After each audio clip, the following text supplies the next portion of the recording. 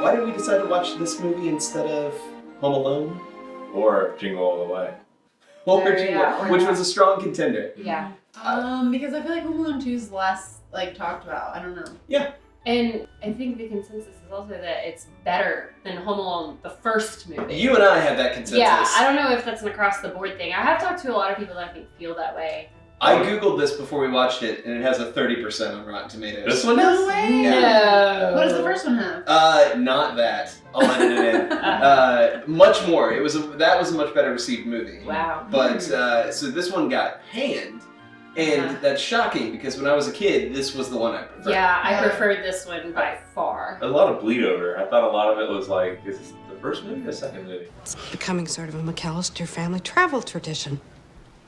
Funnily enough, we never lose our luggage.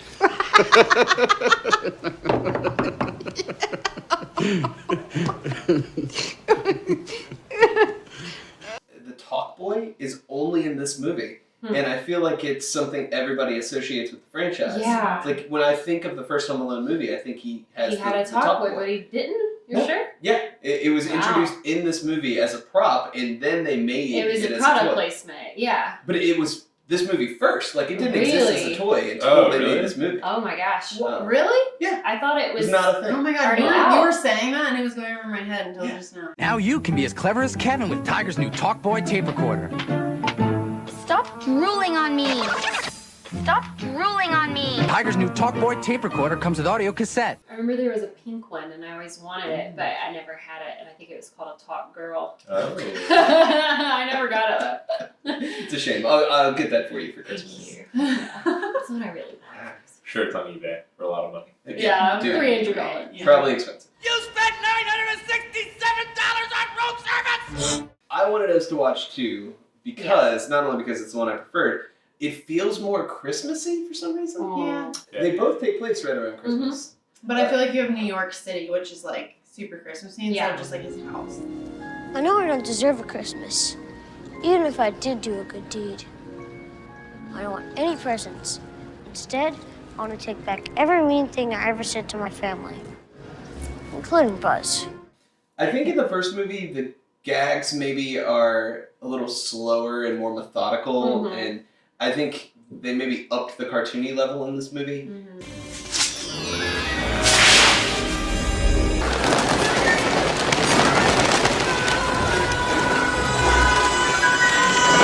It also seemed like the amount of time he had to plan and execute that was super unrealistic. Because I guess in real time it's happening maybe in 2 to 3 hours, I guess. There's no way.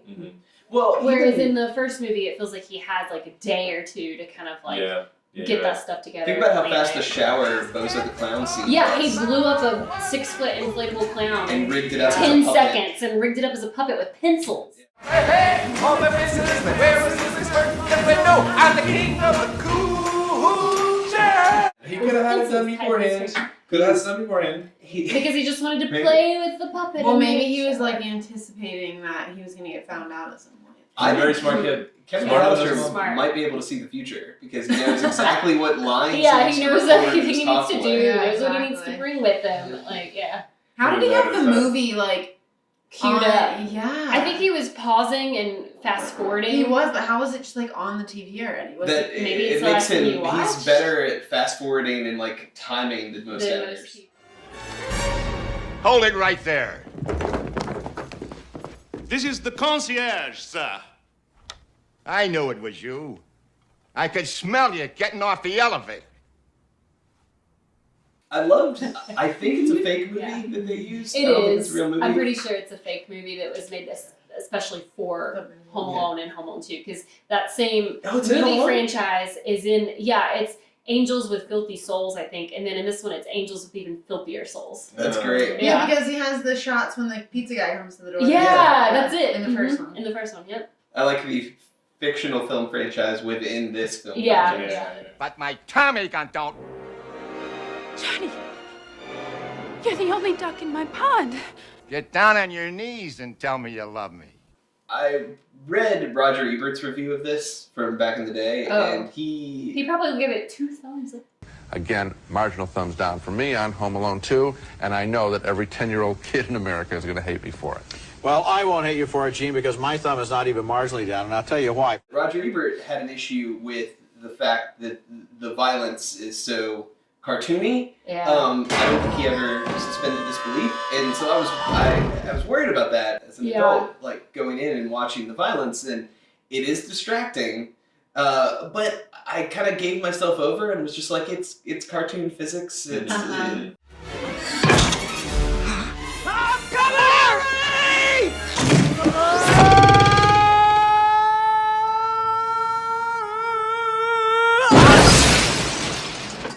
it's Wile E. Coyote. It's the same all the way throughout. It's not like, sometimes it's realistic, sometimes not. It's all just over the top. True. Yeah, they commit to making it cartoony. Yeah. And they are consistent about it, where like it's not like something will kill somebody in one scene and then just bruise them in the next scene. It's consistently just ridiculous.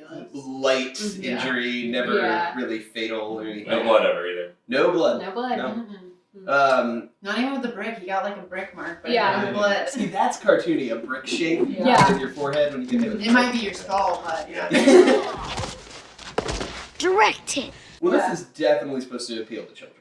This is It's a children's movie for sure. Well, and if you watch it as an adult, like I feel like we were watching it to kind of like analyze it later, but if you just watch it for fun, it's different. But like when I'm watching it like I was today, like there's just so much that I'm like these parents are awful. Like how does this happen? You know what I mean? And like she's got pigeon poop all over her. That's unsanitary. Like, It's a lot harder to suspend disbelief as an adult. Really So, can we talk about the parents being the worst parents in film history? I'm going out to look for him.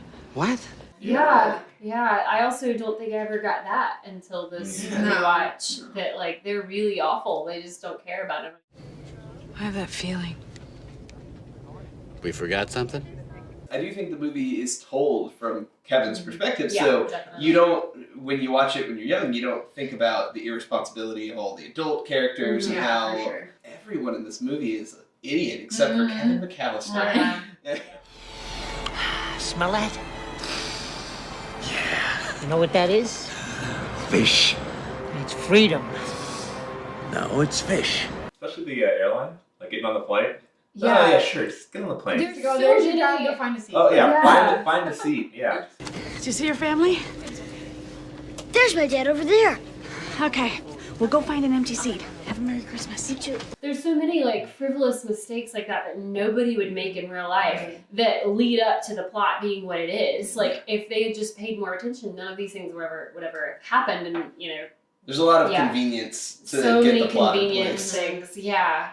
I wonder if he'd know enough to go to my brother's place. Aren't they in Paris? Maybe they have a house sitter. I thought you said they were renovating. Even as far as like what he just happens to record on his Talkboy, working out, Right, as, like working a out is- conversation. Yeah. Like a hotel room, please, with an extra large bed, a TV, and one of those little refrigerators you have to open with a key. The Talkboy was funny because you only ever see him use it for something For that he things will he's use gonna later. use again. Yeah, every time. Yeah. It was like exactly what you'll need in the future. And it's like complete foreshadowing in the beginning with like the commercial of the Plaza Hotel. Yeah. The world-renowned Plaza Hotel, New York's most exciting hotel experience. For reservations, call toll-free 1-800. Great cameo from President Donald Trump. Excuse me, where's the lobby? Down the hall and to the left. Thanks. So apparently he's in this because he owned. He the owned it hotel. at the time. Yeah, I don't think. Yeah, he doesn't have any affiliation with it now. I don't think that he did then. I always think whenever there's product placement, like for instance, the hotel they use by name, they have the owner of the hotel in it. Do they have to get like script approval because the hotel has all of these really irresponsible employees that are like the guy that just wants tips, the Rob Schneider character, the Tim Curry character that's like intruding into people's rooms. And, But nowadays, that wouldn't fly. They'd be yeah, like, it seems like it's counter to the brand. That scene's not going to fare well for our shareholders, like that. People are too uptight now. Yep. Bottom line. Yeah. They won't let children check into hotels. Yeah. Can't sneak into someone's room. Right. Way too uptight. Children can't use credit cards. Yeah, I feel like there's some weird sound mixing things in the movie too, where like it's hard to understand things characters I say. had that too. Almost like it wasn't synced right. Yeah, The lips. yeah. The lips. Because I remember there was a scene I used to like argue with my mom about where like Tim Curry's character, when he finds out the credit card is stolen, and like that light comes on over his head and he says bingo. As a kid, I used to think he was saying think, and which doesn't make any sense. But he's saying bingo. Think. And I don't know, even now watching it back, it doesn't really sound like bingo. Like the sound mixing is just weird on some parts of it. Think. In watching this movie this time, I thought this had a very different structure than I remembered. I thought it was going to be exactly like the first Home Alone, where most of it is based in the house around the gags, like in all the physical traps. Different because the traps and stuff were only like a little 30-minute chunk? Yeah, it was a fraction of the movie. Yeah. It's more like the subtitle Lost in New York. It's more that. The story is that. Sure. It's him exploring New York. He's got the toy store, the hotel, the park. Yeah. He's got a whole subplot with the pigeon lady. My favorite character in this movie is the pigeon lady. Really? Yeah. Okay, explain why. So, pigeon lady starts off scary. First time you ever see her, she's like a monster covered in pigeons. I don't trust her still. I mean, Never trust a lady covered in pigeons. She is a little strange, Little out unsettling. But I like the character arc. She is one of the only people in the movie. Oh, I mean, Kevin's mom, I think, learns some kind of lesson, be a better parent. Kevin learns the lesson that he isn't as happy alone as he thinks he would be, and he still wants to be around other people and should appreciate his family.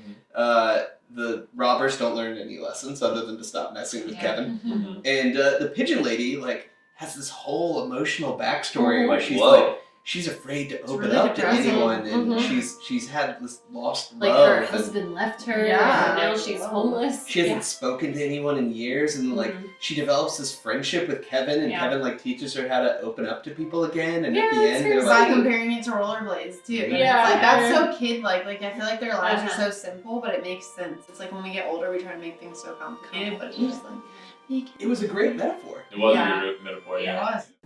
I'm just afraid if I do trust someone, I'll get my heart broken again. I understand that. I used to have this really nice pair of rollerblades. And I was afraid if I wore them, I'd wreck them.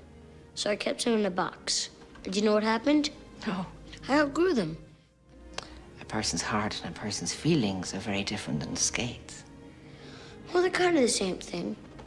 If you aren't going to use your heart, then what's the difference if it gets broken? If you just keep it to yourself, maybe it'll be like my rollerblades. When you do decide to try it, it won't be any good. The little twerp kind of lectures her on the meaning of life and the meaning of truth, and she's so grateful to find out these words of wisdom from his angelic little mouth. So this movie is a good Christmas movie, a good children's movie, a good torture movie. If you're into movies like Hostel, I Spit on Your Grave. No, but I do think Home Alone 2 is a genuinely good movie. Doesn't deserve a 30% on Rotten Tomatoes. Oh, really? I think it deserves like a 60% on Rotten Tomatoes because there are a lot of like plot holes and it's super unrealistic and it is hard to suspend your disbelief as an adult. But overall, I recommend it for sure.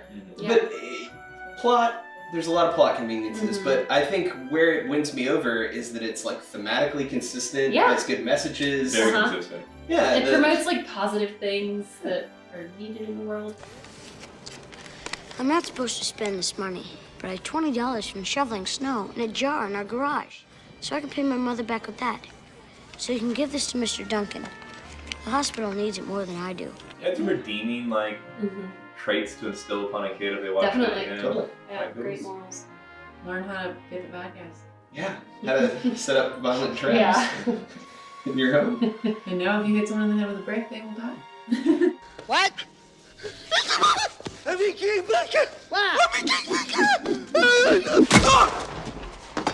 Wait, actually, there are some bad lessons for children. Yeah, in this. you can They hit will not somebody with stand a back brick. up. You can hit somebody with a brick. Yeah. They can fall from like 30 feet up and be okay. Right. Don't throw bricks. Don't throw bricks, kids. Yeah. Don't throw bricks, kids. Those big highlighters again. Yeah. Don't throw pins. Merry Christmas, you filthy animal. And a Happy New Year.